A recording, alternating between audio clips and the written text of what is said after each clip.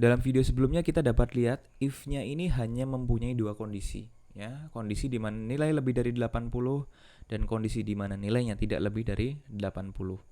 Ya, hanya mempunyai dua kondisi. Lalu bagaimana jika kita mempunyai program yang ingin mempunyai tiga kondisi atau lebih? Ya, kita bisa lakukan itu. Misalkan di sini saya akan rubah programnya, ya. Saya akan rubah programnya menjadi program untuk menghitung apakah nilainya dia dapat A, dapat B, atau dapat C, ya, di mana A merupakan nilai yang mempunyai nilai lebih dari 80. Berarti 80 sampai 100 dapat A. Ya, lalu B itu antara 60 ya sampai 79 misalkan. Ya, lalu yang C adalah kurang dari 60 ya, atau 0 sampai 59. Ya, lalu bagaimana jika kondisinya seperti ini? Ya, kita bisa gunakan sintaks if juga. Ya. Pertama kita akan lihat nilainya dia apakah lebih dari sama dengan 80, ya. Jika ya, maka dia mendapatkan A. Lalu jika dia mempunyai nilai 60 sampai 79, maka dia dapat B.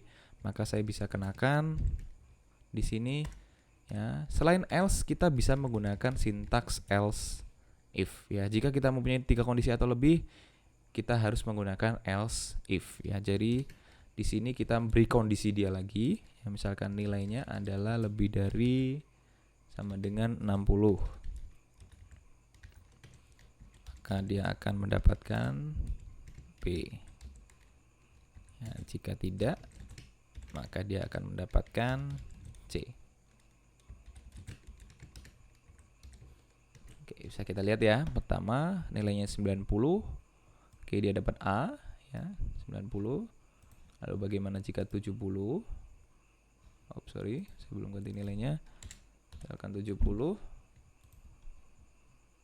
Ya, dia akan dapat B.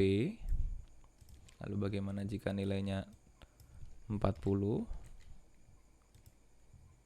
Ya, dia akan dapat C. Ya, demikian adalah penggunaan sintaks else if.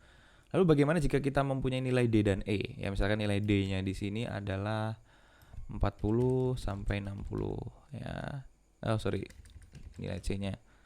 D-nya adalah 0 sampai 39 berarti ya. Seperti ini bukan 60, ini adalah 59. Oke. Kita bisa kenakan else if lagi di sini, ya.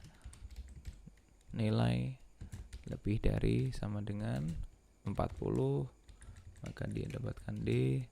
Selain itu dia mendapatkan C.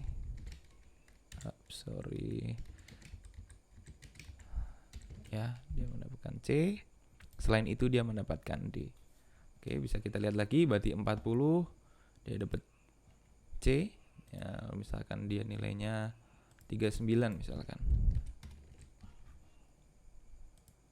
Dia akan mendapatkan D, ya. Dapat dilihat di sini, saya tidak memberikan range, ya. Saya tidak memberikan range. Karena program ini akan berjalan dari atas ke bawah, ya. Misalkan saya berikan nilai 90, ya, 90. Nah, di sini dapat kita lihat 90 terpenuhi di berbagai kondisi, ya. Di sini terpenuhi, di sini terpenuhi, di sini terpenuhi juga, ya. Namun dia akan pertama kali mengecek ke sintaks yang paling atas dulu, ya. Nilai lebih dari 80, oh terpenuhi, sudah terpenuhi, dia akan masuk ke sini.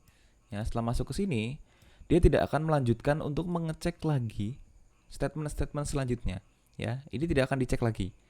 Dia akan langsung keluar ke statement selanjutnya, ya, di line 20 ini. Ya, karena 20 ini sudah tidak ada lagi, maka ini merupakan akhir program. Ya. Lalu mengapa di sini saya tidak menggunakan range, ya? Misalkan di sini kan saya menuliskan jika dia 60 sampai 79, maka dia B. Ya, mengapa saya tidak menggunakan range di sini? Misalkan di sini saya 70, ya. Tentu saja jika 70, ya, dia tidak akan masuk ke blok program yang ini, ya. Nilai dia itu sudah bisa dipastikan dia tidak lebih dari 80, ya, atau dia kurang dari 80. Ya, 70 tidak akan masuk ke sini. Jadi di sini saya tidak perlu lagi memberikan nilai batasan atasnya, ya. Saya tidak perlu memberikan nilai batasan atasnya karena dia sudah terlempar dari kondisi yang ini. Dia sudah tidak masuk ke blok yang ini. Yang blok yang ini adalah lebih dari 80, maka selain itu adalah kurang dari 80. Ya, dia akan sudah terlempar di sini, sehingga di sini saya hanya perlu memberi batasan bawahnya. Ya, batasan bawahnya adalah 60. Begitu juga di sini 40. Ya, jika nilainya 50, dia pasti sudah kurang dari 60. Ya, dia akan langsung terlempar ke sini. Baru di sini saya hanya memberikan batasan bawahnya saja. Ya, untuk menghindari dia memberikan nilai yang salah ya, B, C dan D. Ya. Oleh karena itu saya tidak perlu memberikan range ya, tidak perlu memberikan range karena yang perlu dipahami adalah if nantinya akan berjalan dari atas ke bawah. Seperti itu.